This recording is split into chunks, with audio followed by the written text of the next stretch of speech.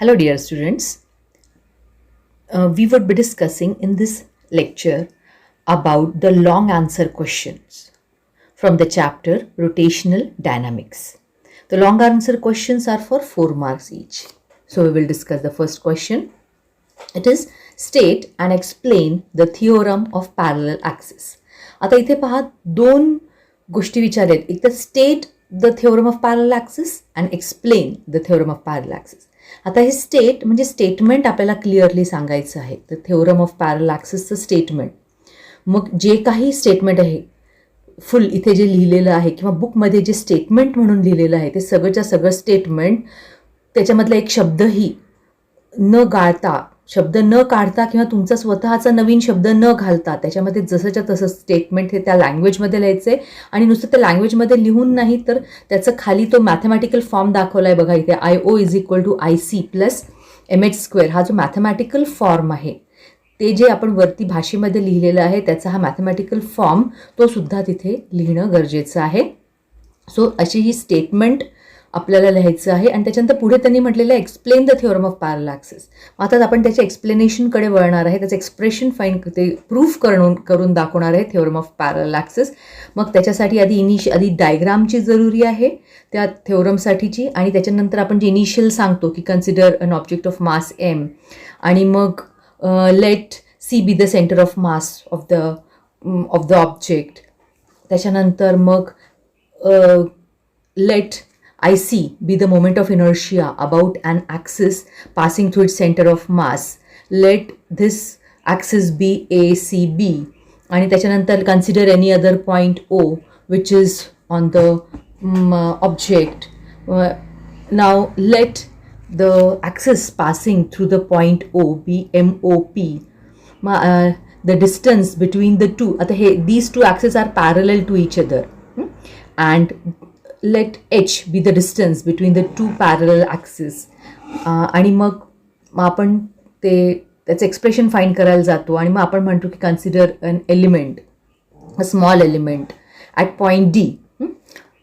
आणि मग आपण पुढे लिहितो की द मोमेंट ऑफ इनर्शिया म्हणजे ज्या वेळेला हा ऑब्जेक्ट जो आहे तो अबाउट IC म्हणजे अबाउट त्याचे ॲक्सिस ऑफ रोटेशन जेव्हा ACB ही घेतली आपण, म्हणजे IC he axis of rotation आहे आणि ती ॲक्सिस घेऊन जेव्हा तो रोटेट होणार आहे या पद्धतीने, असा जेव्हा तो रोटेट होणार आहे तिथे ॲरोमध्ये दाखवल्याप्रमाणे तो असा रोटेट होणार आहे, त्यावेळेचा त्याचा जो मोमेंट ऑफ इनर्शिया आहे तो IC = dc² dm.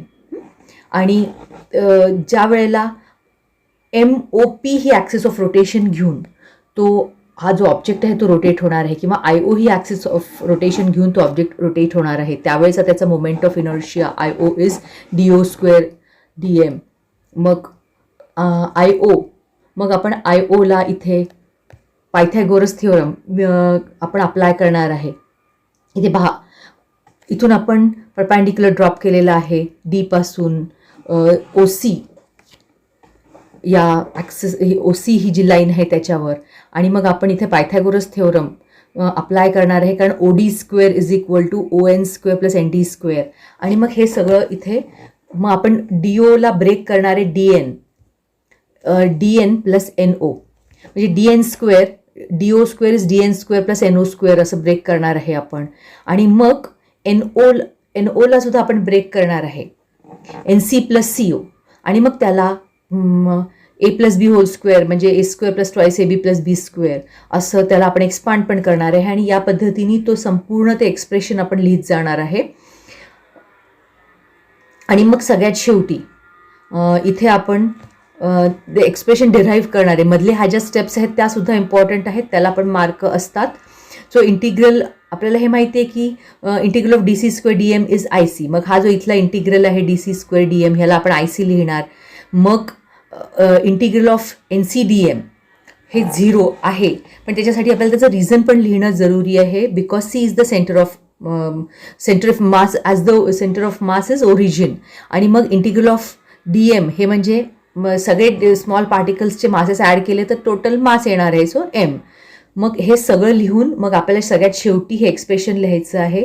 त्याचा जो एक्सप्रेशन आपण तो लॉ प्रूव्ह केला थेओरम प्रूव्ह केला, IO is equal to IC plus MH² हा थेओरम मग सगळ्यात शेवटी हा प्रूव्ह करायचा आहे. त्याच्यापैकी जे स्टेटमेंट आपण लिहिलं त्याला आपल्याला 1 मार्क दिला जाणार, कंप्लीट करेक्ट लिहिलं तर, आणि मग पुढचं हे जे इथपर्यंत लिहिलेलं आहे एक्सप्रेशन त्याला 3 मार्क दिले जाणार आहेत. मग त्याच्यातले जे महत्त्वाचे स्टेप्स आहेत म्हणजे जसं IC is equal to integral of DC² DM ह्याला अर्धा मार्क देणार. त्याच्यानंतर ही जी डायग्राम काढली त्याला अर्धा मार्क देणार. तुम्ही जे इनिशियल कंडिशन्स ज्या लिहिल्या त्याच्यासाठी पण अर्धा मार्क देणार. मग इथेच आता तो 1.5 मार्क झालेला आहे. उरलेला 1.5 मार्क या स्टेप्समध्ये म्हणजे इथली ही जी एक स्टेप आहे या इथल्या स्टेपला देणार. IO is equal to IC plus MH² ही जी स्टेप आहे त्याला अर्धा मार्क देणार. प्रत्येक स्टेपला अर्धा मार्कच देत जावा लागतो. असे 4 मार्क जे आहेत ते अर्ध्या मार्कामध्ये डिव्हाइड केले जातात आणि जो पेपर चेक करतो तो लेफ्ट हँड साईडला ते हाफ मार्क टाकत जातो आणि नंतर मग तो त्या सगळ्या मार्कची टोटल सगळं करेक्ट लिहिलेलं असेल तर 4 मार्क्स म्हणून लिहितो. So the next question is, what is conical pendulum? Obtain an expression for its time period. मग याच्यामध्ये फर्स्ट पार्टमध्ये विचारलेलं आहे व्हॉट इज कोनिकल पेंडुलम, म्हणजे ह्याचा अर्थ इथे आपल्याला त्याची डेफिनेशन सांगणं जरुरी आहे. आणि बुकमध्ये जशी डेफिनेशन दिलेली आहे एक्झॅक्टली तीच आणि तशीच डेफिनेशन आपल्याला लिहिणं जरुरी आहे. त्याच्यातले जे काही शब्द आहेत महत्त्वाचे ते to the point, small heavy sphere suspended by light weight inextensible string from a rigid support and revolving in a horizontal circle. हे जे सगळे शब्द आहेत ते जसेच्या तसे त्या डेफिनेशनमध्ये आले पाहिजे. कोनिकल पेंड्युलमच्या डेफिनेशन आपण लिहिली की आपल्याला 1 मार्क तिथे मिळतो. त्याच्यानंतर इथे फिगर आपल्याला माहिती आहे की हे लॉंग आन्सर क्वेश्चन्स आहेत, LAQs आहेत आणि म्हणून आपल्याला इथे फिगर ही जरुरी आहे. तर बुकमध्ये ह्या 2 फिगर्स दिलेले आहेत. In conical pendulum in inertial frame of reference, conical pendulum in non inertial frame of reference. तर हे फिगर्स तुम्हाला इथे काढणं जरुरी आहे. त्याच्यानंतर मग आपण एक्सप्रेशनकडे जाणार आहे. एक्सप्रेशन काढताना लिहिताना आपण इनिशियली जे असं लिहितो की let small m be the mass of the Bob, capital L be the length. मग आपण डिस्कस करणार आहे की ते फोर्सेस, कोणते फोर्सेस त्याच्यावर ॲक्ट होणार आहेत. तर टेन्शन त्याचं आपल्याला हे माहिती आहे, पहिला फोर्स हा वेट असतो कोणत्याही बॉडी वर जो ॲक्ट होत असतो, आणि दुसरं आता या ठिकाणी जे आहे ते टेन्शन आहे. मग आता ह्या टेन्शनला आपण 2 पार्ट्समध्ये सेपरेट केलं, 2 परपॅन्डिक्युलर कंपोनंट्समध्ये, T cos θ आणि T sin θ. मग हा जो T cos θ आहे, T cos θ कंपोनंट आहे तो कोणाला बॅलन्स करतोय तर त्या वेटला, mg ह्या वेटला बॅलन्स करतोय. T sin θ जो कंपोनंट आहे तो काय करतोय तर तो नेसेसरी सेंट्रिपिटल फोर्स अप्लाय करतोय. तर हे सगळं आपल्याला या ठिकाणी तिथे सांगायला पाहिजे. T0 घेतलेलं आहे इथे. So T0 sin θ gives the necessary centripetal force which is mr omega square, आणि T0 cos θ gives balances the weight. आणि मग अशी इक्वेशन 1 आणि 2 आहे. आणि मग आपण दोन्ही इक्वेशन त्यांचा रेशो घेतला किंवा डिव्हाइड केलं. So T0 sin θ upon T0 cos θ is mr omega square upon mg. मग T0 कॅन्सल केला, m कॅन्सल केला, मग sin θ upon cos θ is r omega square upon g. आणि मग ओमेगा स्क्वेअरची व्हॅल्यू आपण फाइंड केली g sin θ अपॉन r cos θ.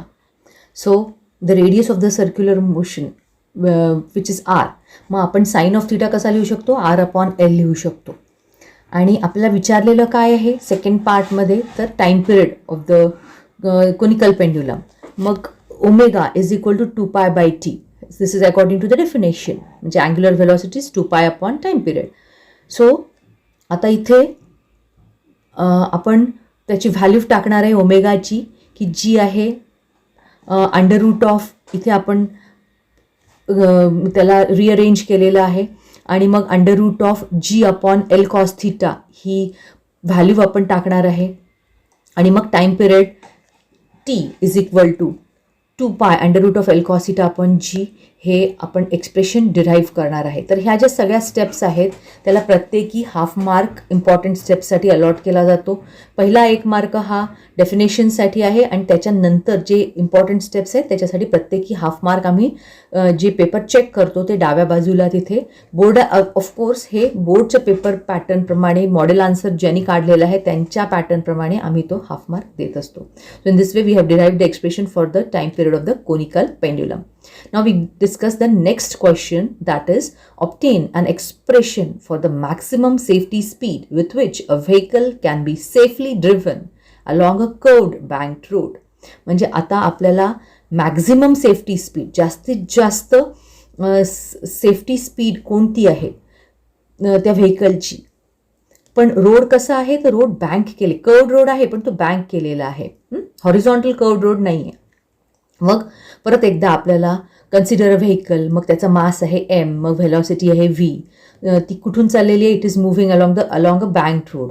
मग r कोण आहे तर तो जो बँक रोड आहे त्याचा रेडियस ऑफ कर्वेचर आणि त्याला ज्या अँगलनी बँक केलेला आहे तो अँगल आहे theta, which is called the angle of banking. आणि मग when the vehicle is moving, मग आपण परत एकदा त्याचा हा जो आपण ती व्हेकल चाललेली आहे, तर इथे आपण डायग्राम, आपल्याला माहिती आहे की 4 मार्काचा LAQ जो आहे तो त्याला अपेक्षित डायग्राम आहेच. सो आपण डायग्राम काढणार आहे आणि मग ही व्हेकल अशी ह्या बँक रोडवरून चाललेली आहे. थीटा हा अँगल ऑफ बँकिंग आहे. ही जे सेंटर ऑफ ग्रॅव्हिटी पॉईंट आहे इथून वेट त्याचं डाऊनवर्ड डायरेक्शनमध्ये ॲक्ट होतं आहे आणि हा जो रोड म्हणजे ॲक्च्युअल हॉरिझॉन्टल रोड असा आहे, असा हॉरिझॉन्टल रोड आहे, पण बिकॉज ऑफ द बँकिंग आता तो जो रोड झालेला आहे तो कसा झालेला आहे, त्याचा हा रोडचा सरफेस कसा आहे असा आहे. आणि म्हणून व्हेकल जेव्हा त्याच्यावरून चाललेली आहे तेव्हा जी नॉर्मल वेट त्याच्या सेंटर ऑफ ग्रॅव्हिटी पॉईंटपासून डाऊनवर्ड डायरेक्शनमध्ये ॲक्ट होतं, पण नॉर्मल रिॲक्शन जी आहे ती त्या हॉरिझॉन्टल, तो जो हॉरिझॉन्टल सरफेस असतो त्याला अशी ती परपॅन्डिक्युलर असते, म्हणजे अशी. सो हा जो n आहे हा n या हॉरिझॉन्टल सरफेसला परपॅन्डिक्युलर आहे. आणि मग ह्या nला आपण 2 पार्ट्समध्ये सेपरेट केलेलं आहे, एक n cos थीटा आणि n sin थीटा. आणि नंतर मग आपण त्याप्रमाणे ते इक्वेशन्स लिहिलेलं आहे की n cos थीटा हा काय बॅलन्स करतो, तो वेट बॅलन्स करतो. n sin थीटा हा काय सप्लाय करतो, तर necessary centripetal force for the circular motion of the vehicle along the curved road तो सप्लाय करतो. कारण जिथे जिथे सर्क्युलर मोशन आहे तिथे तिथे सेंट्रिपिटल फोर्स नेसेसरी आहे आणि जिथे जिथे सेंट्रिपिटल फोर्स आहे तिथे तो कोणीतरी सप्लाय केला पाहिजे. मग आता या केसमध्ये, या सिस्टीममध्ये n sin थीटा हा नेसेसरी सेंट्रिपिटल फोर्स सप्लाय करतो. म्हणून मग आपण लिहिलं की n sin theta is mv²/r. मग आपण इक्वेशन 1 आणि 2 लिहिले. मग डिवायडिंग इक्वेशन 2/1 म्हणजे n sin theta upon n cos theta is mv²/r/mg. आणि मग आपण लिहिलं टॅन थीटा इज v²/rg आणि मग theta is tan inverse of v²/rg, हा अँगल ऑफ बँकिंग. आता मोस्ट सेफ स्पीड हे याच्यावरून आपण फाइंड केलेलं आहे, v² = rg टॅन थीटा और tan of theta is v²/rg और v² = rg टॅन थीटा. मग हा तो जो फॉर्म्युला आहे तो इथे आपण लिहिलेला आहे. और vs maximum safety speed is √rg tan theta. आता आपण अजून एक कारण की हा 4 मार्काचा प्रश्न आहे म्हणून असं अपेक्षित आहे की बुकमध्ये जे आहे ते तुम्ही लिहिणं जरुरी आहे. तर बुकमध्ये आपण अजून त्याचं डायमेन्शन अजून थोडंसं इन्क्रीज केलेलं आहे. ते म्हणजे असं की फक्त रोड बँक केलेला नाही, बँकिंग सेंट्रिपिटल फोर्स हा फक्त बँकिंगच सप्लाय करत नाही आहे, तर सेंट्रिपिटल फोर्स सप्लाय करण्यासाठी फ्रिक्शनल कंपोनंटसुद्धा आहे किंवा फ्रिक्शनल फोर्ससुद्धा सेंट्रिपिटल फोर्स सप्लाय करतो. म्हणून आपण आत्ता mg = n cos थीटा लिहिलं, त्याच्याऐवजी आता mg = n cos theta - fs sin theta. हा जो फ्रिक्शनल जो कंपोनंट आहे किंवा फ्रिक्शनल फोर्स आहे तो कुठे असतो, तर it is between the tyres of the vehicle and the road. आणि हा फ्रिक्शनल फोर्स कसा ॲक्ट होतोय बघा. हा फ्रिक्शनल फोर्स आता इथे अलॉंग द हॉरिझॉन्टल रोड, म्हणजे त्याला आपण सेपरेट जेव्हा करतो तेव्हा fs sin थीटा आणि fs cos थीटा असे त्याचे हे जे 2 परपॅन्डिक्युलर कंपोनंट्समध्ये तो सेपरेट होतो. आणि मग fs sin थीटा हा डाऊनवर्ड डायरेक्शनमध्ये आहे आणि fs cos थीटा हा along the radius towards the centre, म्हणजे तो सेंट्रिपिटल फोर्सच्या डायरेक्शनमध्ये आहे. म्हणून मग आपण mg ला कसं लिहिलं आता n cos थीटा न लिहिता n cos theta minus fs sine theta लिहिलेलं आहे. कारण मायनस fs साइन थीटा का लिहिलं, कारण n cos थीटा आणि fs साइन थीटाची डायरेक्शन एकमेकांच्या अपोजिट आहे म्हणून. मग इथे हा एक इक्वेशन लिहिलं आणि पुढचं लिहिलं mv² upon r is equal to, आता मागच्या वेळेला आपण n साइन थीटा लिहिलं होतं, mv² अपॉन म्हणजे सेंटीपिटल फोर्स कोण सप्लाय करतो तर आपण सांगितलं होतं n साइन थीटा. पण आता आपल्याला अजून दुसऱ्या कंपोनंटबद्दलही जेव्हा बोलायचं आहे तेव्हा n साइन थीटा हा कंपोनंट तर सप्लाय करतोच, पण फ्रिक्शनल फोर्सचा जो कंपोनंट आहे f cos थीटा तो पण सप्लाय करतो. आणि n साइन थीटा आणि f cos थीटा हे दोघंही जण सेम डायरेक्शनमध्ये आहे म्हणून आपण इथे mv² upon r is equal to n sine theta plus fs cos theta असं लिहिलेलं आहे. आणि मग नंतर आपण त्याला सॉल्व्ह करून आपण v maximum is equal to under root of rg tan of theta plus mu s upon 1 minus mu s tan theta. हा जो टॅन थीटामधला जो थीटा आहे तो अँगल ऑफ बँकिंग आहे आणि म्यूएस जो आहे तो कोइफिशियंट ऑफ स्टॅटिक फ्रिक्शन आहे. तर या पद्धतीने आपण the maximum possible speed find केलेली आहे आत्ता. जास्तीत जास्त व्हेकल किती स्पीडनी त्या कर्व्ड बँक रोडवरून जाऊ शकते. सो या बिकॉज हा LAQ आहे म्हणून आपण इथे जे मॅक्सिमम बुकमध्ये जे दिलेलं आहे त्याच्याबद्दल आपण डिस्कशन करायचं आणि ते लिहायचं. आणि मग सगळ्यात शेवटी की बट द सेफेस्ट स्पीड म्हणजे आपण because the frictional force is unreliable आणि अँगल ऑफ बँकिंग ह्याच्यावर आपण रिलाय करू शकतो आणि म्हणून the safest speed is v is equal to rg tan theta. असं हे करून आपण कंप्लीट करायचं आहे. So now we come to the last question of this chapter. Show that the angle of banking is independent of the mass of the vehicle.